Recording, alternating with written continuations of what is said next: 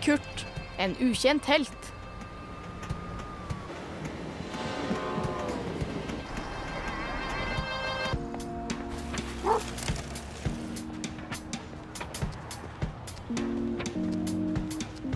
Dette er Kurt.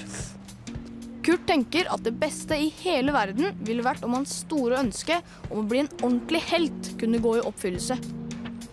Se deg for. Fordi hvis han var en ordentlig helt, ville alle synes at han var skikkelig kul. Kanskje også Camilla, som han synes er søt. Må jeg nok prøve? Nej, ikke lige nu. Kan du godt se, jeg har den? Camilla bor i samme gård som Kurt. Men Kurt har egentlig aldri snakket med henne. Camilla får ikke prøve søsterens sparkesykkel. Kom nu. Nej. Er det Kari? Hej. Ja, det kan jeg godt. Vi ses. Hej. Kan du passe på løbehjulet imens? Ja.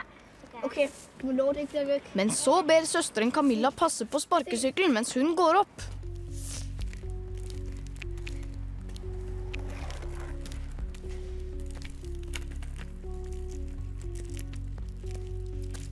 Undskyld, du har tabt din vanter.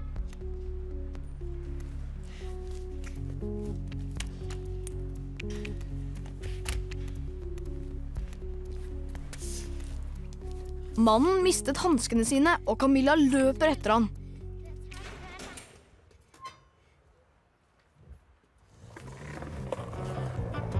Hey, Tim. Vores føde. Det vil jeg da have. Kig der.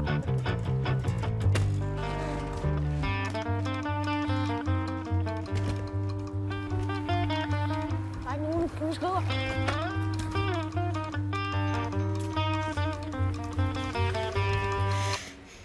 Men da Camilla kommer tilbake, er sparkesykkelen borte.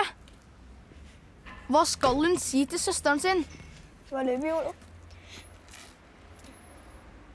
Det ved jeg ikke. Jeg tror, det er blevet stjålet. Din lille idiot. Du kan sgu da heller ikke finde ud af noget som helst. Far, kom hjem, så får du ikke noget ballade. Camillas søster blir skikkelig sur. Heldigvis får Kurt en idé.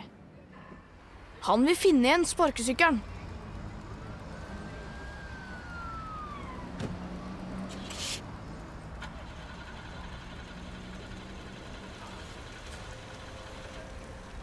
Alle de store guttene pleier å skate nede på plassen. Kanskje guttene med sparkesykkelen også er der?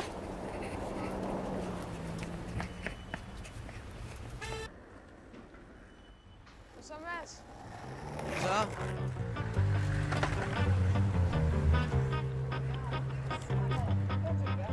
Kurt hadde rett. Nå må han bare få tak i sparkesykkelen.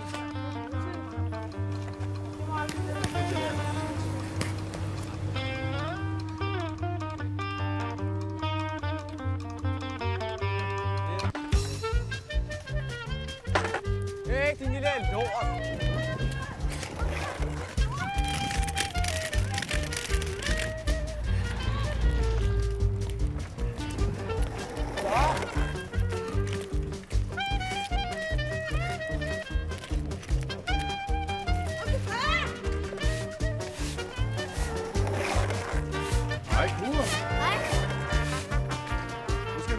Grønnsakshandleren ville ikke ha en masse bråk i bakgården. Ja, mere. Hey.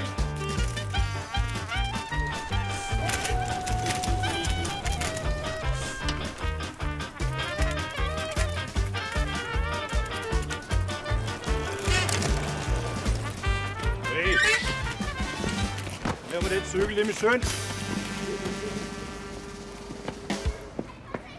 Guttene hadde stjålet sykkelen også.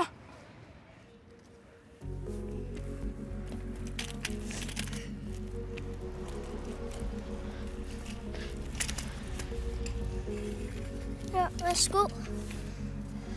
Hvad laver du? Men Camilla syns dessverre ikke at Kurt er en helt. Da jeg gav løbehjulet til Camille, så troede hun, det var mig, der havde stjålet det. Så du skulle både fange nogle store drenge og stjæle løbehjulet tilbage. Og så skulle du give det til Camille, så hun kunne få sit løbehjul igen. Ja. Ja, det lyder meget spændende, synes jeg, Kurt. Og så nåede du også lige noget med en lille dreng, der skulle have sin cykel, BMX-cykel tilbage. Var det også Kurts de drenge, mor der lavede syns det noget? høres ut som Kurt har hatt en spennende dag med de store guttene som løp etter ham, Lidt og at han fikk utrolig, tak i hva'? sparkesykkelen igjen. Og at den lille gutten fikk sykkelen sin tilbake. Fantasi også. Men hun sier også at Kurt noen ganger kanskje blander sammen fantasi og virkelighet. Lidt i tvivl om, hvad der er virkelighed. Kurt lurer på om han i det hele tatt kan være helt når det ikke er noen som vet om det. Det kan man godt det.